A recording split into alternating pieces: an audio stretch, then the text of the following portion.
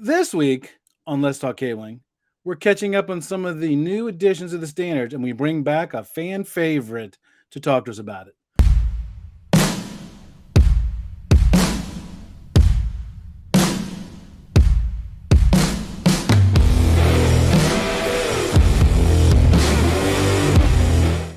Welcome to the show where we tackle the tough questions submitted by installers, project managers, estimators, ICT personnel, even customers.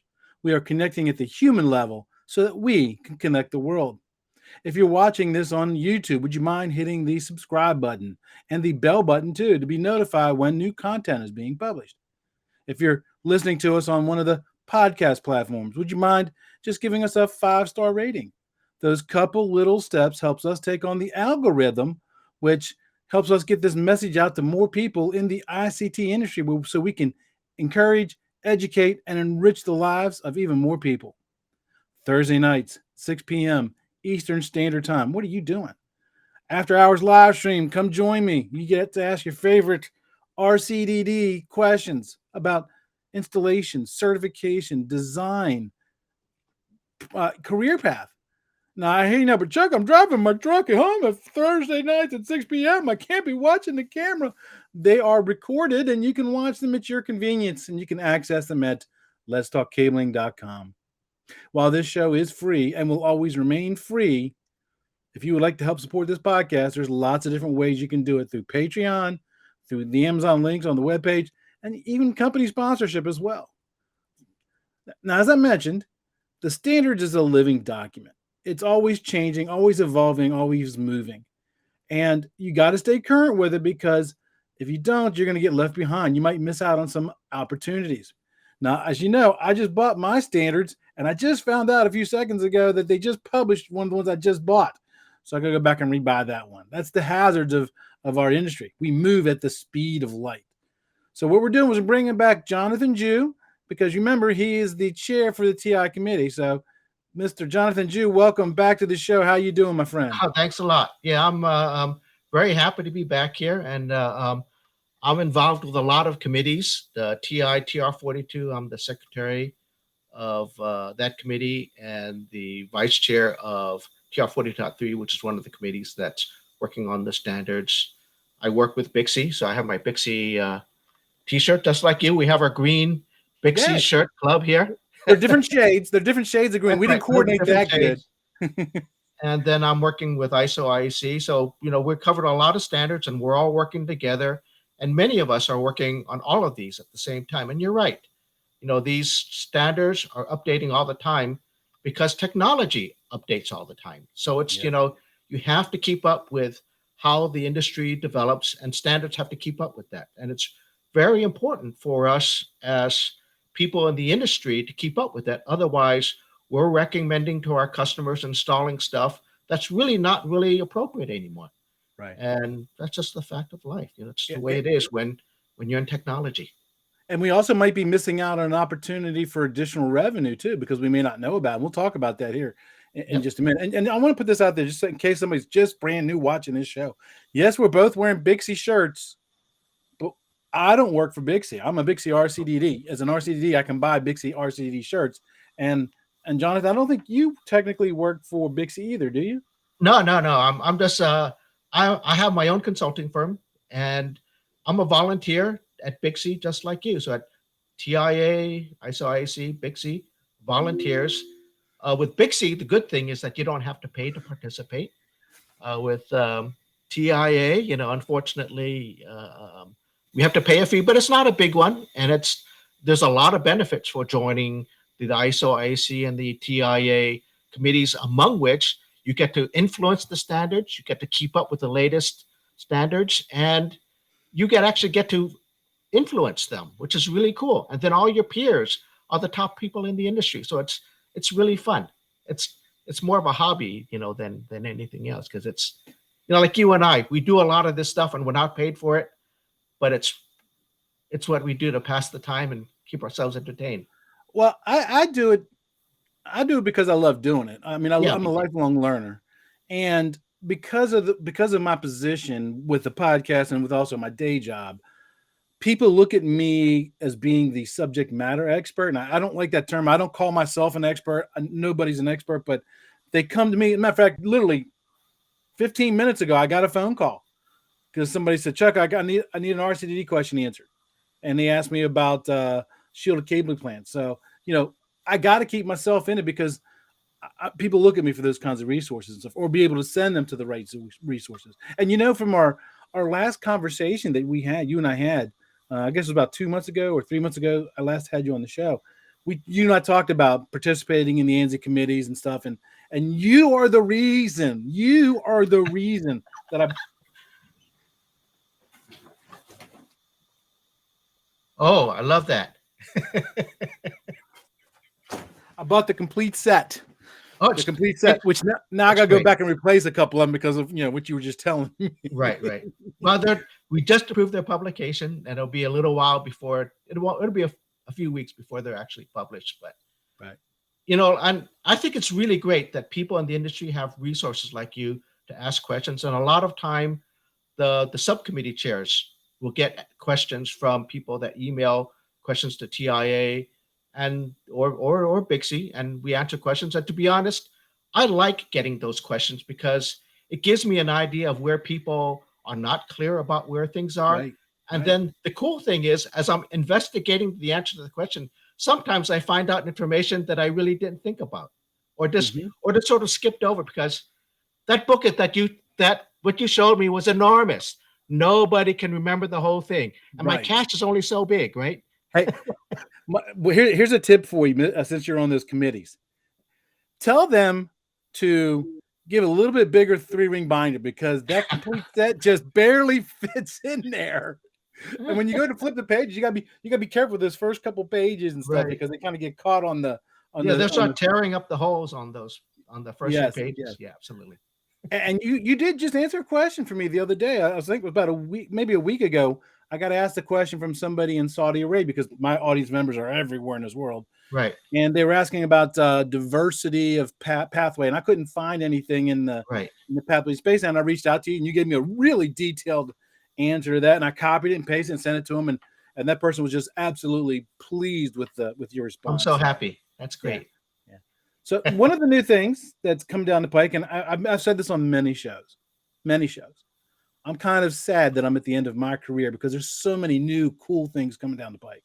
Right. And one of those is single pair Ethernet, another huge opportunity for us cable people to be, doing more stuff, running cable for more devices. So what's new with that single pair Ethernet standard? Okay, so in this last June meeting, which ended June the 10th, I think, we approved publication of TIA 568.5, and that's the single pair Ethernet standard, single pair cabling standard, and there's a corresponding field test standard, TI 5071, but the big one is the TI 568.5. And it specifies, it's meant to work with the new 10 megabit, 10 base T1L, which supports 10 megabit Ethernet up to 1 kilometer over one pair of cable. And over that single pair of cable, it can support power as well as a 10 megabit signal, which is plenty for an IoT device. And 568.5 works with, uses the blue and the white conductor, because that would be pair 1, right?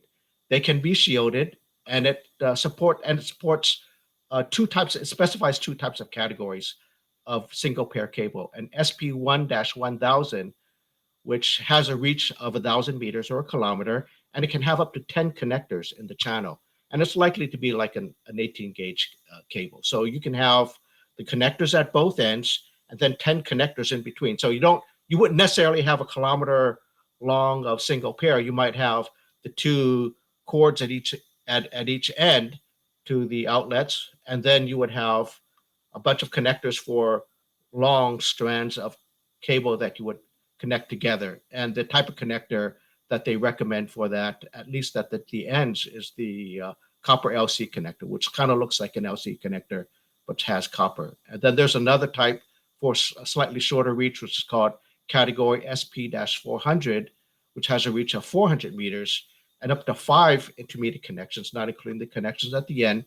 And that's likely to be around maybe 23 gauge cable. So SP1-400, 400 meter reach, 5 connections. SP1-1000, 1,000 meter reach or kilometer reach with up to 10 connections. So it's really cool. And the cool thing about that is that you can provide power and signal over the same cable. And that's the big killer application for this one is IoT, right? So eventually there's going to be more of this single pair stuff than there will be the 4-pair and optical fiber cable that we're used to, because IoT, what they're predicting is that there'll be more IoT devices in the world than other devices, because there's more little things out there than there are humans, right? So lights, sensors, refrigerators, everything, right? So it's really, really cool. Yeah, it's funny you say that, because as you're saying the Internet of Things, I could probably count, it's just me and my wife in the house right now, and we've got a dozen or so Internet of Things connected to the internet. Our computers are connected to the internet, our phones are connected to the internet, our thermostat is connected to the internet, our security system. It's a challenge. Now, when you're saying that you can have up to what you said 10 connectors in that channel, right? Are those, so are they doing a daisy chain topology going from one industrial machine to another industrial, or is it just that's a different thing. So there'll be another one with a multi-drop standard. That's point to point. The switch at one end and the device at the other end. But they're working. There's actually another standard that will support a multi-drop one with their daisy chain, and we haven't developed the standard for the cabling and all that stuff yet. But the IEEE has defined a standard called 10 base T1S, which supports a 25 meter multi-drop topology where you could, daisy chain these devices together. But the one that I'm looking at, that where I just talked about, that we specified the cabling for, is point to point up to a kilometer. And the thing is that I know that we have wireless devices all over the place. But the thing with wireless devices, if I have an entire office building with wireless devices, I still have to power those things. And I don't want to have a whole crew constantly changing batteries on devices, right? And the other problem, of course, is that devices get hung up and you have to power or reset the things. And if there's a battery in it, again, you have to send somebody out to do that. But if you have single pair, I can do that off from the switch. I can power from the switch, I can reset it from the switch, and it's a lot simpler, right? And 10 megabits is plenty for a sensor. Oh, yeah, that's a lot. That's a lot for industrial sensors, and you said they could do it over 18 gauge cable too, as well. Yeah. I think that they're looking at 18 to 23 gauge is the range that we'll probably be supporting, with 18 gauge being that 1,000 meters length one, and the 23 gauge being more like the 400 meter one. So like in a smaller premises, you'll probably just get the SP-400 cable and you use a smaller diameter cable, because my house is not a kilometer long. Nor is mine. Yeah. But maybe somebody really, really wealthy would have a kilometer long estate, right? That would be like a Bill Gates kind of an estate. Right, yeah. All right, so let's shift the conversation. Edge data centers. Data centers are really huge right now, because of the chip issues with the marketplace, and there's building a lot of data centers, that's a huge revenue opportunity. And they just revised something with the Edge data center standard as well, right? That's right. So there's two things happening on the data center side, and the TI 942 is our top selling standard, and it's used not only in the US and Canada, but worldwide. So we've defined in an addendum, TI 942B1, something called a micro edge data center, because an edge data center that's located in a colo is still, as far as our structured cabling is concerned and all the rules for designing a data center, it's just a standard data center. But if there's a data center in a pre-assembled enclosure that you stick somewhere, then we call that a micro edge data center. And the rules are that it has to be a pre-manufactured enclosure, and it has to be monitored 24/7. So that if I happen to have a set of a cabinet in a retail store, but it's not monitored all the time, that just happens to be a cabinet sitting in the store. But if you if it's a pre-manufactured enclosure, you stick it in a store, it's monitored all the time, then we could say, yeah, then maybe that's an edge data center. And there are a set of rules that we've applied to edge data centers that are less than you put for a premises data center, which is this, this big thing. And there's ratings for that, and there are allowances for how you design and build those micro edge data centers. But you still recommend that you use structured cabling, particularly if it's a sizable, like if it's a size of a trailer and you brought it onto a site, we would recommend that you use structured cabling anyway. So if it's a enclosure that's fairly sizable, you have multiple racks inside this pre-manufactured enclosure, we would recommend that if the cabling is not in the same rack or an adjacent rack, that you use structured cabling for that as well. And then all the rules for designing structured cabling still apply for inside that micro edge data center. And then for TI 942C, which is the data center standard, we just started work on revising that standard, and we're just in the middle of balloting that document. We had 90 pages of comments for that document, and we had an all-day TR 42.1 meeting, and we only got halfway through the comments because there's a lot of discussions. This is a really important standard. Data centers are the hot thing, because behind everything that we're doing, when we're at home, like doing this call, it's a data center that's behind that, running all this stuff. So people are building a lot of data centers, and people are really concerned that we keep these standards up to date and we address all our new concerns. So we're looking at what's the impact of micro edge data centers? How should we be looking at higher density connectors other than the MP or LC, so that we can get more connectors in the smaller space? So we're looking at all kinds of things inside the data center. And I won't say what's in them yet, because we haven't even finished our first ballot, but there's going to be pretty substantial changes in 942C. And we have a lot of people that have joined our committee so that they can participate in the revision to the standard. Yeah, you said that the 942 is the most purchased standard.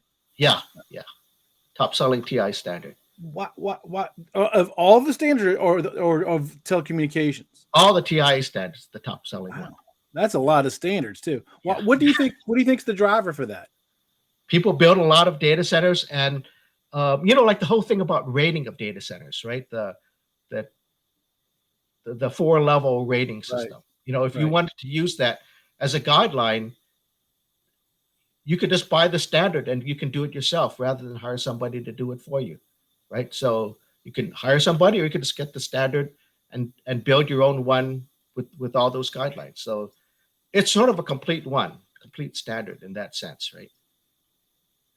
It is. It is. Yeah. And like I said, I tell people all the time, get the right book so you know what you're doing, because knowledge is power. Yep, absolutely.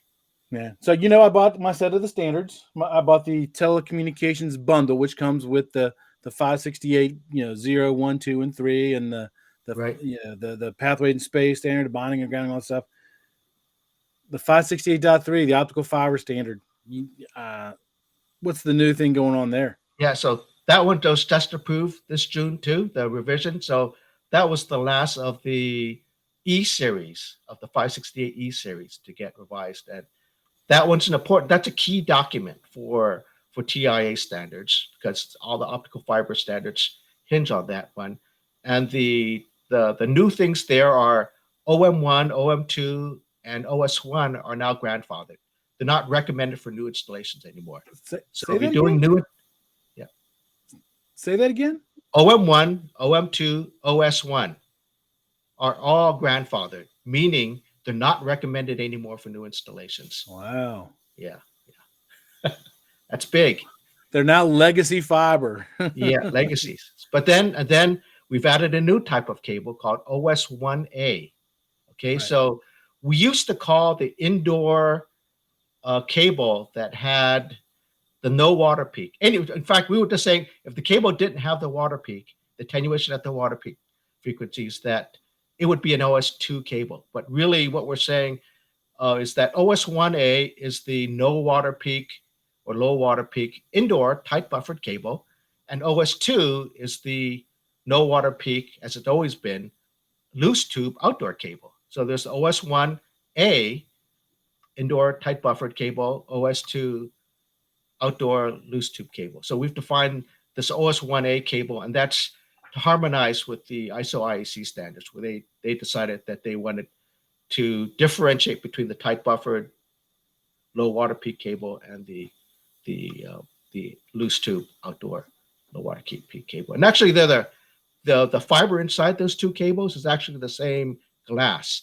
It's just that the tight buffering of the cable creates a little more attenuation on the cable, because what the guy, my friend from Corning, said was the cable wiggles a little bit.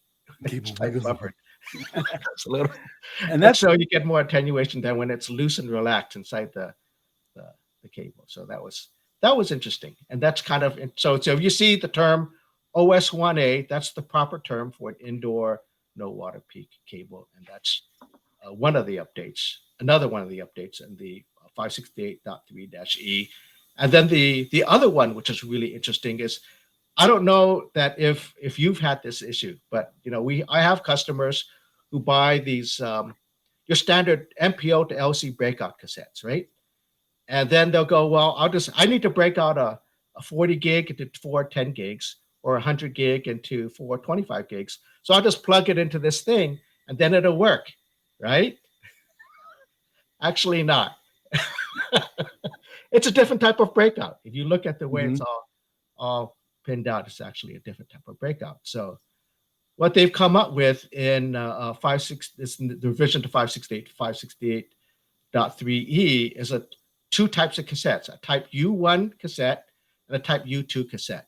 You can use the same breakout to break out an MPO into LCs, to your 12 LCs, right? Or you can use it for your transition from 40 gig to 4 10 gigs or 100 gig to 4 25. So this is one cassette that you can use for both. And that's really cool. Was that the old method A, method B, method C when it comes to the migration? Yeah. So there's still the old type A cassettes, that we used to use that would break out the things. And now there's the methods for transitioning connectivity methods, A, B, C, U1 and U2. So the B was the one that most of us typically use, where you have a type B trunk, type B array adapters, and then what they call the type A fiber transition, the MPO to LC module. And the type A module was the one that we always bought. Now there's connectivity methods A, B, C, and U1 and U2, where U1 uses the type U1 cassette, and the U2 connectivity method uses type 2. So there's still A, B, and C, of which most people will use B, because I can use the same patch cord on both sides, right? I don't have to use different patch cords on both ends. But with the U1 and the U2, I can still use the type B array cord, and I can still use the same A to B duplex LC patch cords on both ends. So it still has the same advantages of the type B method, connectivity method that we used. But now you have this cassette or module that you can use for either the MPO to LC breakouts or to transition from 40 gig to 10 gig, which is really kind of cool. Right. Yeah, I concur with that. Method B seems to be like the most popular one used right now. Right. Yeah. All right, so let's talk about intelligent building stuff. One of the things I get to teach in my class is I get to teach about power over lighting architecture and all these new devices and stuff, which is the intelligent building stuff, realistically. So where do we stand with that as far as the standards? Yeah, with the intelligent building one, the main update there is that we made the requirement for we added the single pair cable, the single pair on that one is the main update for that one. But let me see what else that we did here. Let's see here. I'm trying to find my notes here. I apologize. Not a problem. Like you said, nobody can know everything. And if you take notes, you're 2 steps ahead of me, because when you're talking about all that stuff, I was like, I got my paper. I was looking for my pen so I could jot down notes to do some research later. I was like, I'll just watch the recording again. Yeah. So the main update is the addition of the single pair and the addition of the changes to the references. But another update that we did was to 4994, the educational facilities one, which we published in February. So that should be in your revision. And the requirement was in that one was we added a minimum of 2 category 6A for every wireless access point as a minimum requirement. So that's where that was, I think, in a TSB, which is not a requirement. It's added as a requirement for educational facilities. If you put in a wireless access point, you have to put in 2 category 6As as the minimum. And then for some of the other standards that we're working in TIA, we're updating the outside plant 758C. We're updating 1179, the healthcare standard. We're updating 1005, the industrial one. We've just started work on a revision to the physical security standard, which is 5017, and of course we're working on 942, the data center one. And then we've also updated the broadband coaxial standard, but it was mainly just updating the references. So the one that you have is still good because there's not much other than the references. Oh, the other thing that we did was in 862, the intelligent building one, which is also a big change. It removed category 6 for cabling subsystem 1, which is the horizontal cabling. So the minimum requirement would be category 6A for intelligent buildings, 4 pair for the horizontal part, which is all your intelligent building cabling, single pair. So it's 6A for 4 pair or 7, right? I guess you could use 7 or not 7. TI doesn't recognize 7. I was going to say. Now you're talking ISO. 6A minimum. I'm thinking the ISO stuff. Yep. So that you would put 6A or that single pair stuff in for the intelligent building. So I know I asked you this on the last show, but let's go and cover it again, right? Yep. If somebody wants to join to help create and be a part of the ANSI committees to join, how much does that cost? Because you mentioned earlier it does cost something. Yeah, It's not and what's that process? You would write TIA and ask them to join, and the cheapest way to join is an ECP, and it's not. I think it's like around $1,000 or something like that. I can look it up what my membership was, but it's around that amount. I'll put the value. I'll look it up after the show, and I'll pop it in right here. Yeah. I'll send that to you. I can look at my latest bill. Okay. My bills are something that I don't try to remember. It's like one of those things you have to do it, and it's not like you have a lot of. Yeah. It's not like you're shopping for another subcommittee to join. So when you join, do you have to pay for each committee that you join, or just one? No. You join TR42, and you can participate in any of them, including some of the working groups developing like our papers on data centers and edge data centers. So there's, in addition to the standards activity in TIA, there are groups developing white papers and knowledge bases and best practices in certain areas like data centers and smart buildings and all kinds of other stuff. So TI has a lot of activities, not all of which are just standards. And then there's Bixi, which you can join and participate in for free. And then the ISOIEC gets a little bit more complicated, but there's a membership there. You have to pay both ANSI, the American National Standards Committee, and then you have to pay another fee to TIA that administers the U.S. Technical Advisory Group. So it's a little bit more expensive. And then, of course, you're traveling to Europe or Australia or somewhere like that, which I combine with vacation. So vacations are wherever an ISO meeting is. So then you're combining work and travel, but it gets expensive traveling to some of these locations, but the locations tend to be fun. Yeah. Don't they ever do them virtually? They have now, but before the pandemic, they were all everywhere. Gotcha. Yeah. Mostly, I would say that at least they try to rotate them around throughout the world, but at least they want to have at least one meeting a year in Europe, because there's more participants from around Europe than there are from the Americas, which is really only what Canada, US and U.S. and Mexico. And then Mexico. Asia, you would have like Japan, China, sometimes Singapore.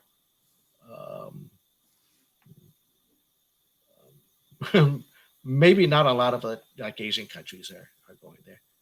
Gotcha. Kazakhstan showed up one time, which was kind of cool. In your email, you mentioned that we could also go over what Bixi and the ISO and IEC were doing regarding standardization, not the manuals, but on the standard side. Could you expand? Right, yeah. But yeah, why don't we go over that? Because where I do the Bixi stuff. In Bixi, they're that the manuals are developed as part of the standards committee, I think. But it's just we're trying to coordinate all our work both in the Bixi manuals and the standards, so we're all saying the same thing. So just like TIA and ISO and Bixi are trying to coordinate, Bixi internally, we want to make sure that the manuals and the standards are in agreement. So, your readers know, or your listeners know about the update to the IT ISM, which is great. That's a big thing. Bixi is updating the building information modeling. So that's the 3D modeling that we do. So in most of the new big jobs that we're doing with data centers, we're doing not AutoCAD, but we're doing the 3D modeling stuff. Right? You're talking about Revit? Yeah, I like Revit. Yeah. I don't know that we want to mention names, but yeah, like Revit. That's fine. I had a guy on who actually showed us a demo on how to use Revit. I love Revit. I think it's because you can do the 3D model and tell if your ladder rack in the telecom room is gonna have a problem with the vents in that same room. Right.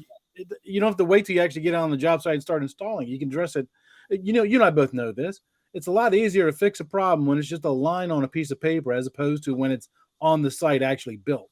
Absolutely. So that's why people, the big players are using Revit, because they want to make sure they avoid those problems before they actually build anything, just like you said. And the Bixi 003 is a standard for using that, and we're revising that. And then there's Bixi 004, which is the healthcare one, and there's some outside plant standards which are under revision, which is G1, and there's developing a new outside plant installation standard, and there's new work on an interesting airport and transportation facility. So that's kind of a cool one, because we have those, and they're big, and they have their own issues. Yep. And then one of the people in my study group works for one of the larger airports, not the biggest one, but one of the larger ones. So he might be interested in that document. Yeah. So Bixi Standards, go for it, because that's a separate set of knowledge. The people who work in the healthcare, people who work in education, and I listen to these people, and it's fun participating in these standards, even though I know nothing about building things in hospitals, building things in airports, because you learn about other things, and you learn these things. You might apply some of the stuff that I do on the data center side. Right. So why not? Yeah. And you never know. You might get asked to do a design or do an installation for one of those places later on down the road. Yeah. Or if you're sitting in the hospital and you're looking at that stuff, oh, I know why they did that. It's funny you say that. My wife had surgery yesterday, and I was doing exactly that. I was looking at the cable. I was looking how they routed the patch cords. Of course, they didn't have any of the ceiling tiles open, but I'm like that. No matter what building I go in, I'm always looking at the structure cabling to see if they did it right. And I do that now that I get into the airports. Like, oh, look at that. Yeah, Atlanta was redoing theirs for a while there. They had all of their ceiling tiles taken out of one of their concourses, and you could literally walk down and go in between gates and just look up, and you could see all of the code violations in the ceiling. But they've got it all closed off now. Hopefully it's done right. But right, yeah. You look at it, oh man, I wouldn't do that. Yep. Anyhow. And then in the ISO IEC, they're working on single pair standards and updating their standards, particularly the generic industrial and smart building standards to include single pair. There's a new standard on sustainability that they're developing. So I'm glad that they're addressing that. They're developing a new standard on physical network security that I'm participating in. They're revising their bonding standard, and they're revising their optical fiber testing standard. So there's a lot going on in in all these committees, and we're trying to make sure that we harmonize with all the work that we're doing now.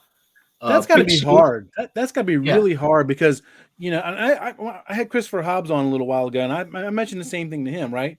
Because if you update something in one standard, well, it's going to affect other standards as well. But then also when you take just the standards, well, then now you got the like you said the Bixi ISOIEC manual or the TDMM. Well, they got to keep those also coordinated with the new things, and that's just got to be a nightmare, to keep that all straight. It's a lot of work, and we're required to update our standards every 5 years, at least the ANSI ones. So that sort of forces us to go through and make sure that we're trying to keep them all harmonized. And many of us participate in several of these committees to help ensure that happens. But you're right, there's a lot to them, and sometimes we slip up. It happens. We're humans, right? We're not robots. We're humans. Mistakes happen. Yeah. So if somebody needs to get in touch with you because they want to zap in some of your super technical knowledge, super power ANSI knowledge, how can they get in touch with you? They can email me, jew@jnm.com. I'll send you my email address, and you can put it in your. I'll put it in right here. Yeah, there you go. Best way, because you know what? I don't answer my phone unless it's my wife or family member. I'm kind of the same way. Text message and emails are the best way to get a hold of me. Right. Typically. So, anything else new that you wanted to cover before we sign off? I mean, you covered a lot of stuff. I listen to your shows, and I'm learning from every one of them, and I appreciate you doing this. I appreciate that because, I say this all the time. Nobody's an expert. The best you can be is a good student. I am just part of this show is keeping me plugged in. So I'm not just doing the same thing over and over and over again. That I'm talking to people of stuff that I don't normally do, and talking to people like you and keeping up current with all that stuff. So, and I just take that knowledge and I'm giving it to anybody else who wants to be a part of it. I agree. And if you could do that, if you being a lifelong learner and learning stuff, and then trying to teach some of your coworkers about the same thing. When you're telling somebody about something that you learned, it reinforces you that information. And that helps. That's why I like answering questions when people send me questions to answer. It's fun researching these things, and then just doing this work on standards, or you doing the work that you're doing. It sort of forces us to do the stuff that we're doing to keep current with the knowledge. And it's enjoyable. It is. My dad always used to say, in teaching, you learn. Yep, absolutely. So thanks for being on, Jonathan. I appreciate having you. And we'll have you back on again when some more updates happen with the standards. Until then, I appreciate having you on. Thanks a lot. My pleasure. Until next time, everybody, remember, knowledge is power. That's it for this episode of today's podcast. We hope you were able to learn something. Make sure to subscribe so you don't miss out on future content. Also, leave a rating so we can help even more people learn about telecommunications. Until next time, be safe.